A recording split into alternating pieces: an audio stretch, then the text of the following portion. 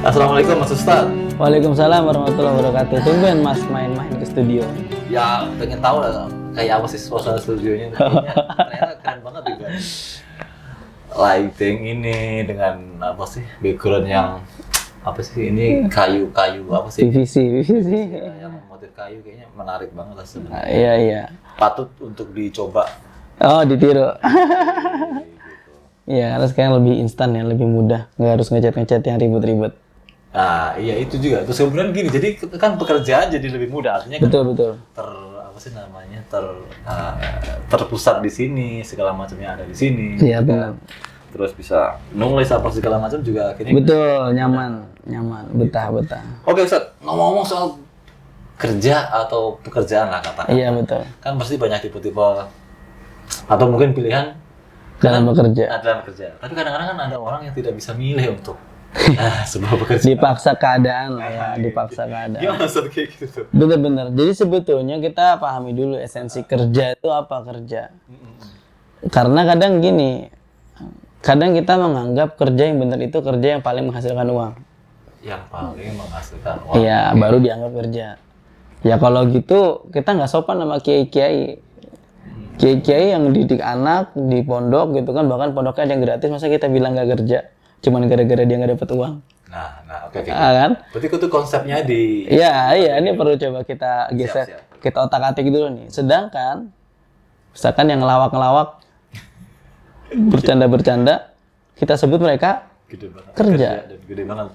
Bahkan sekarang ada analoginya yang unik dari dibangun sama netizen kan. Apa itu Ustaz? Waduh, kerjaan serius gajinya bercanda, kerjaan bercanda gajinya serius. Itu nyebelin.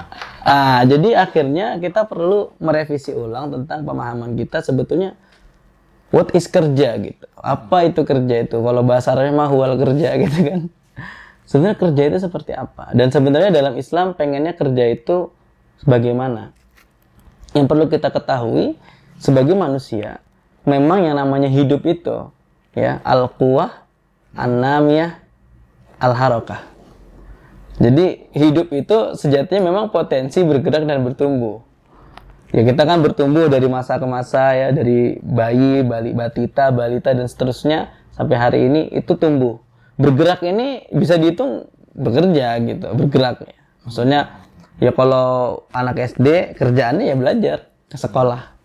SMP juga demikian, bahkan dalam kasus-kasus tertentu ada yang SMP sudah harus membiayai dirinya sendiri, jadi kerjaannya ya di sekolah kerja sebagai pelajar, kerja lagi nanti dia perlu menghidupi untuk dirinya ya, dalam beberapa kasus ada yang seperti itu, yang ditinggal orang tuanya atau yang broken home dan sebagainya seperti itu.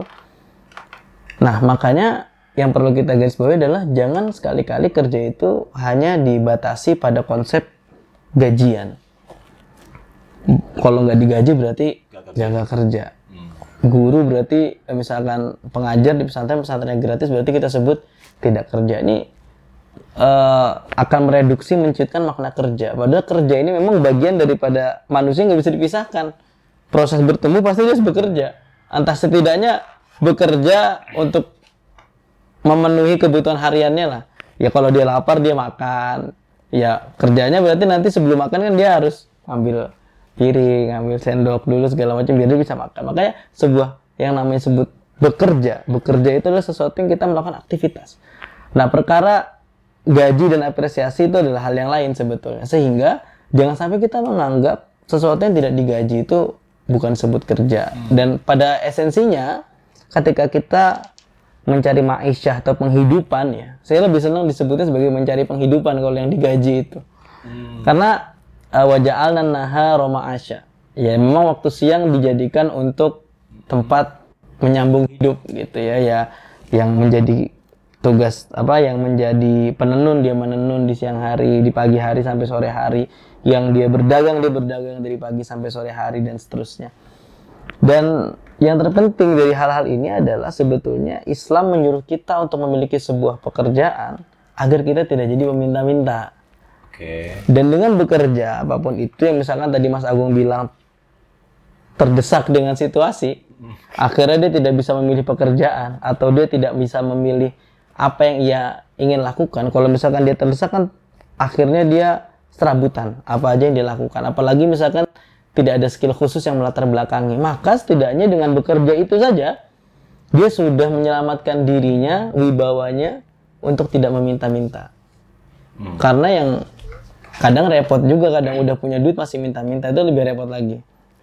Nah, akhirnya disinilah caranya kenapa kita perlu ma'isyah, perlu mencari uang, perlu mencari pemasukan agar kita tidak jadi orang yang meminta-minta dan menjaga kemuliaan diri kita dengan melakukan sesuatu yang nantinya akan diberi upah dan tidak main-main ya. Baik pekerjaan kita ataupun orang yang mempekerjakan kita itu semuanya harus saling memberlakukan dalam kebaikan. Bahkan Nabi bilang jangan sampai upah orang itu keburu kering keringetnya baru dibayar. Ya, Nabi memuliakan orang-orang yang bekerja juga. Jadi jangan sampai udah kerja keras, udah susah, malah bayarannya telat ya gitu. Sekarang saya coba ini Ustaz. Tadi kan ngomong soal peminta-minta. Saya pernah dengar lah katakanlah gitu. Entah itu kebenarannya seperti apa, saya makanya ini sekalian tentang meminta-minta itu di dalam, ada yang mengharamkan di dalam agama lah, gitu. Nah, kalau coba versi Ustadz seperti apa sebenarnya kalau dari POV saya pribadi untuk haram dan halalnya itu saya belum pernah menemukan ya. Mungkin nanti bisa di kolom komentar teman-teman memberikan penjelasan tambahan. Tetapi begini, yang jelas meminta-minta itu bukan tindakan yang mulia. Bukan tindakan yang mulia karena al-yadul ulya khair min yadis sufla. Tangan di atas lebih baik dari tangan di bawah. Cuman jangan sampai nanti orang yang mau ngasih disuruh tangan di bawah, kita nyomot dari atas. Enggak gitu konsepnya. Maksudnya kapasitas seseorang, kepunyaan seseorang atau kondisi ekonomi seseorang itu benar-benar berpengaruh pada derajatnya orang itu sendiri. Kalau dia mau ngemis, dia sudah merendahkan derajatnya untuk meminta kepada manusia lain kan begitu. Oke. Makanya tidak bisa dipungkiri ya, sekaligus saya ingin menyampaikan secara tegas bila urusan yang namanya urusan dunia, ya bayaran SPP anak sekolah, makan, minum, itu semuanya kan diukurnya pakai harta. Ya. Pakai kekuatan finansial kita. Makanya Imam Nawawi tadi menyampaikan dalam Nasoil Ibad itu izzud dunya bil mal. Kemuliaan dunia itu dilihat dari hartanya.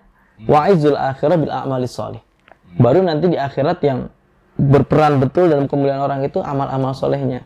Makanya dilarangnya kita meminta-minta, lalu dianjurkannya kita membayar zakat, dianjurkan infak sedekah, itu maksudnya supaya berdaya secara ekonomi, tetapi tetap mengarahkan keuangannya itu pada hal-hal yang bisa masuk pada ranah ibadah. Nah, jadi bukan semata-mata kita kerja aja tapi kita menghambur-hamburkan uang, enggak. Ya, biasanya kan ada yang mengumpulkan uang, kerjanya banting tulang kayak kuda, habis itu self rewardnya melakukan hal-hal yang dilarang oleh agama.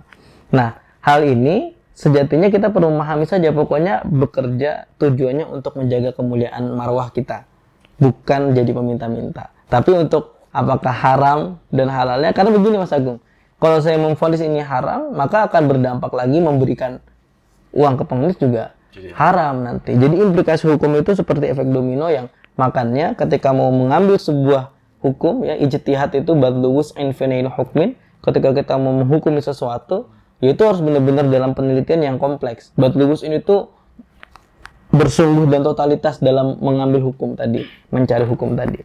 Oke Ustaz, terlepas dari tadi disangkakan ini haram atau tidaknya, iya betul. Kalau ini saya berpendapat gitu ya,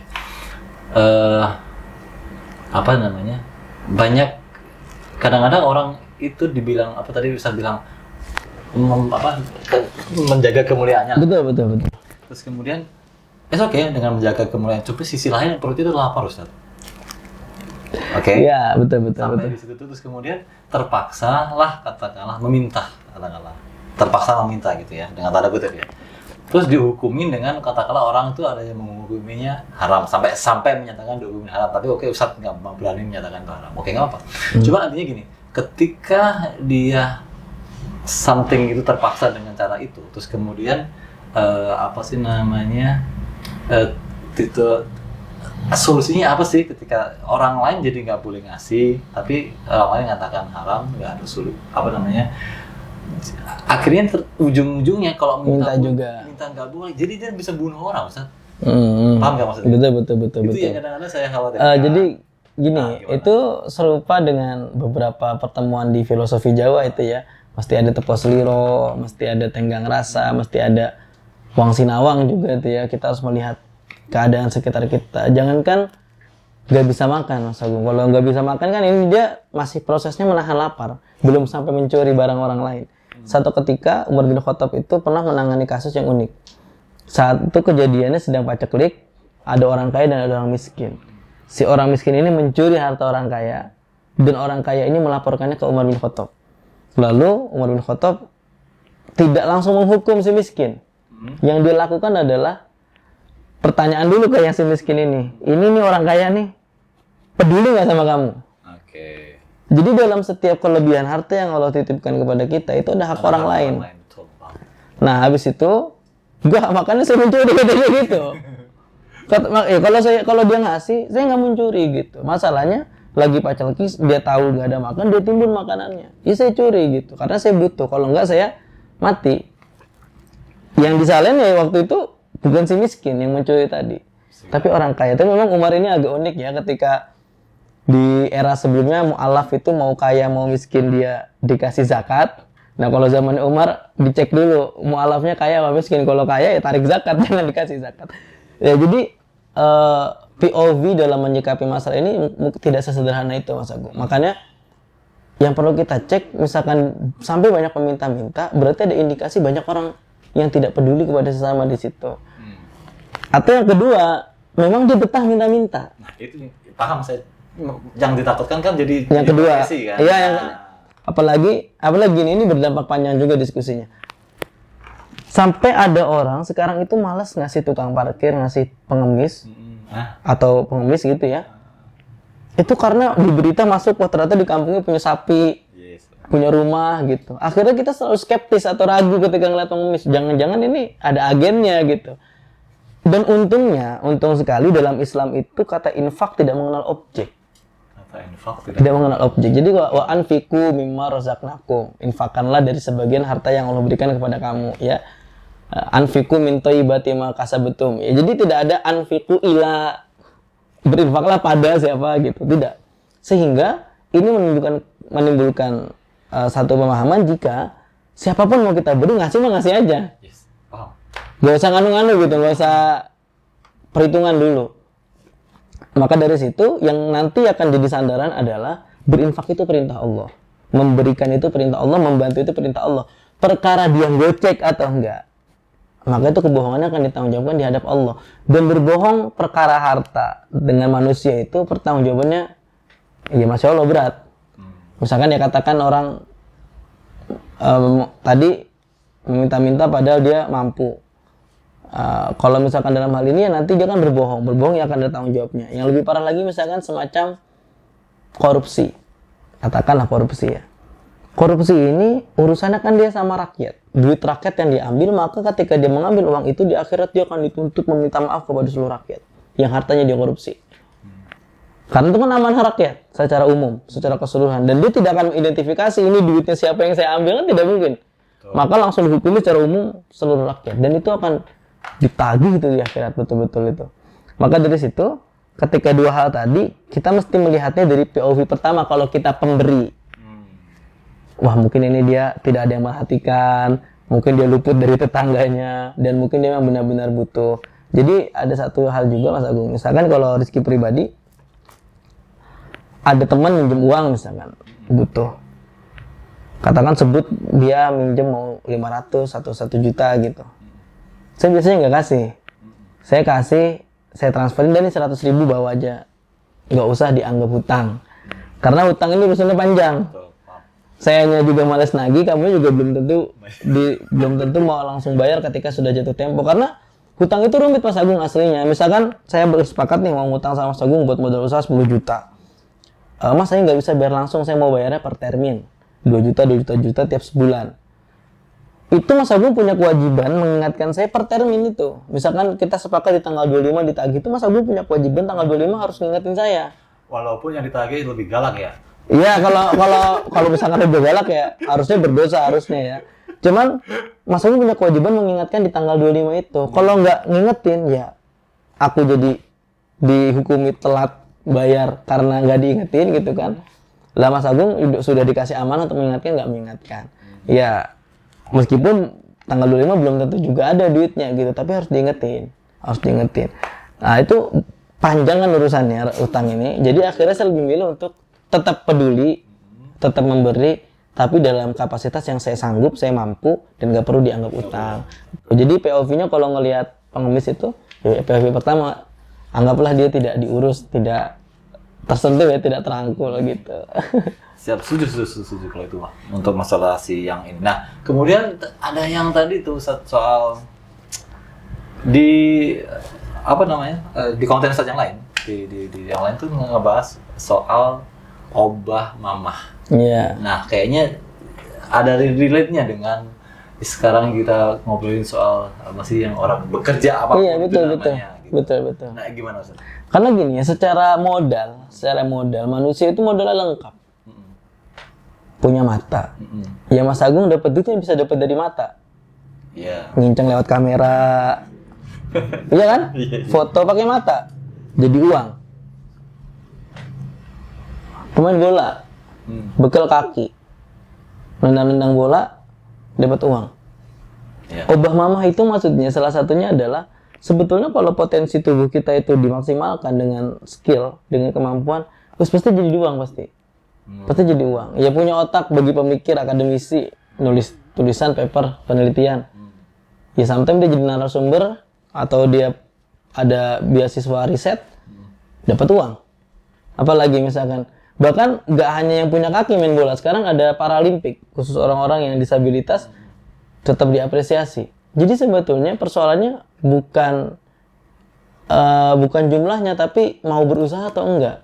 Nah perkara hasilnya, apakah nanti ada orang yang motret mungkin satu foto harganya hanya 50.000, ada rezekinya segitu. Ada yang mungkin dia sudah pengalaman, sudah jauh perjalanannya, sehingga kalau mau pakai jasa dia harus 50 juta per sesi, itu juga ada. Karena semakin banyak pengalaman, semakin banyak hal yang sudah dilalui, maka value-nya juga akan naik. Maka yang paling penting adalah obah mamah tadi tuh segaris dengan hadis Nabi ya, harik ya dakta jidil barokah, gerak dulu. Infiru khifafa wa thiqala, berangkat, gas dulu. Ngeluhnya ntar, dangdutnya ntar. Boleh ngeluh boleh, tapi ya sewajarnya. Kan manusia ya, manusia itu sangat wajar dengan hal itu. Tapi yang terpenting adalah apapun skill yang bisa kita lakukan, maka lakukan. Kalau nggak punya skill gimana? Belajar. Jangan membiarkan diri kita dalam lentera kebodohan gitu, jangan. Karena ya nanti ilmu-ilmu inilah yang akan mengangkat derajat kita, kemampuan kita, skill kita tadi yang akan membedakan kita dengan hal lain. Saya pernah gedeg banget dalam artian saya sebetulnya menunjukkan kepedulian pada teman tongkrongan waktu itu. Gimana sih? Apa kerjaan sekarang gitu? Ada pelatihan nih gitu. Langsung jawabnya dia tuh nyengap gitu gini. Ngapa lu mau biayain hidup gua? Bisa deh. Jadi sudah nggak ada skill, berharap dari tangan orang lain gitu. Ini akan mematikan semangat dia sendiri sebetulnya, karena dia akan putus asa dan akan ya terus dengan gaya hidupnya gitu kan, nongkrong, main game, bahkan agak sedikit melupakan ibadahnya gitu. Jadi ruginya double mah, dunianya nggak dapat, akhiratnya nggak dapat. Ini kan rugi banget. Kalau misalkan kita mungkin dalam dunianya kaya raya meskipun nggak beriman gitu ya, tetap kan pastinya rugi karena di akhiratnya abadan. Tetapi masih ada enaknya lah di dunia. Dan ini udah misalkan kita beriman pada Allah, KTP-nya Islam, Muslim gitu kan, kerjanya enggak, usahanya kurang gitu kan, ibadahnya juga enggak karena merasa gue udah doa, udah ibadah tetap nggak kaya-kaya, ya akhirnya malah rugi semua, serba rugi semua. Sehingga kerja menghalangi kita untuk menjadi pribadi yang tidak mulia atau pribadi yang hina tadi, itu akan menimbulkan konsekuensi banyak. Misalkan kita jadi punya semangat untuk mencari teman baru, kita juga semangat untuk memilah-milah persahabatan yang yang sefrekuensi dan positif gitu. Dampaknya banyak sekali karena makin kita punya banyak pengalaman, makin kita indah memandang hidup gitu. Makin kita juga luas luas hatinya untuk menerima berbagai keadaan gitu. Oke sih. Jadi gini, intinya sesederhananya udah yang penting gerak aja dulu. Terus kemudian sisi lain juga Allah ngasih lo lengkap kok gitu. Lengkap. Jadi nggak perlu khawatir kan sebenarnya dengan Betul, memang janji Quran seperti itu. Wallahu akhrajakum min butuni ummahatikum. Kita keluar dari perut ibu kita itu posisinya sama, setara, la ta'lamuna syai'a. Enggak tahu apa-apa. Wa ja'ala lakumus sam'a wal absara wal af'idah. Lalu dikasih gini, karena Allah tahu kalau kita menjalani hidup itu butuh potensi, butuh bekal, maka dijadikanlah bekal itu pendengaran, wal absar, penglihatan, wal af'idah, dan kecerdasan. Orang ada nggak yang dapat uang dari dengerin? Ada. Juri nyanyi. Dengerin. ya denger mah pakai mata juga. Dengerin, lalu melihat penampilan gitu. Lalu kecerdasan, ya kecerdasan itu kan kemampuan kita mengolah dan menerima ilmu. Belum lagi misalkan ada pendidikan dari orang tuanya. Kalau orang tuanya biasanya bidangnya seni, penyanyi, ya nggak jauh-jauh anaknya biasanya juga Ya. seperti itu. Ya kayak misalkan anaknya guru ngaji, ya anaknya cepat bisa ngaji, wajar. Iya. Ya anaknya misalkan orang tuanya punya kursus setir mobil, anaknya bisa nyetir duluan, wajar. Ya seperti itu. Jadi potensi ini hidup. Bahkan orang bisa nyetir doang aja. Itu kan dia bisa punya pekerja di supir. Jadi sebetulnya banyak sekali lapangan pekerjaan itu banyak, tapi saya rasa kita mempersempit wawasan itu dengan misalkan menyatakan kerja itu harus PNS. Kerja itu harus 2 digit. Harus bergaji 2 digit. Itu yang akan mempersempit, menciutkan semangat kita, sekaligus menciutkan makna kerja itu sendiri gitu. Seolah-olah kalau nggak digaji 2 digit belum kerja gitu. Ini kan fatal. Jadi kita mesti memaksimalkan segala potensi yang kita punya gitu. Siap. Terima kasih banyak Ustadz atas wawasannya lah, katakanlah mungkin tambahan-tambahan ilmunya juga, terus persepsi tentang bekerja itu sendiri yang orang anggap nggak ngapa-ngapain tapi ternyata dia kerja. Bahkan kadang kalau di kampung saya itu ada orang sholat 5 waktu ke masjid pakai sarung gitu, tapi dia bangun rumah segala macam, pelihara jin atau gimana, ternyata dia emang skillnya itu di dalam rumah, dia itu kerja melukis, gambar, ngelukis gitu, dan dijualnya bukan di Indonesia tapi di luar negeri. Dan kita nggak pernah tahu gitu ya kayak. Betul. Apalagi ya pokoknya standar sukses kita hari ini itu kan sampai dikira tetangga pesugihan. Yes. Oke, terima kasih. Selamat ketemu. Iya. Assalamualaikum warahmatullahi wabarakatuh.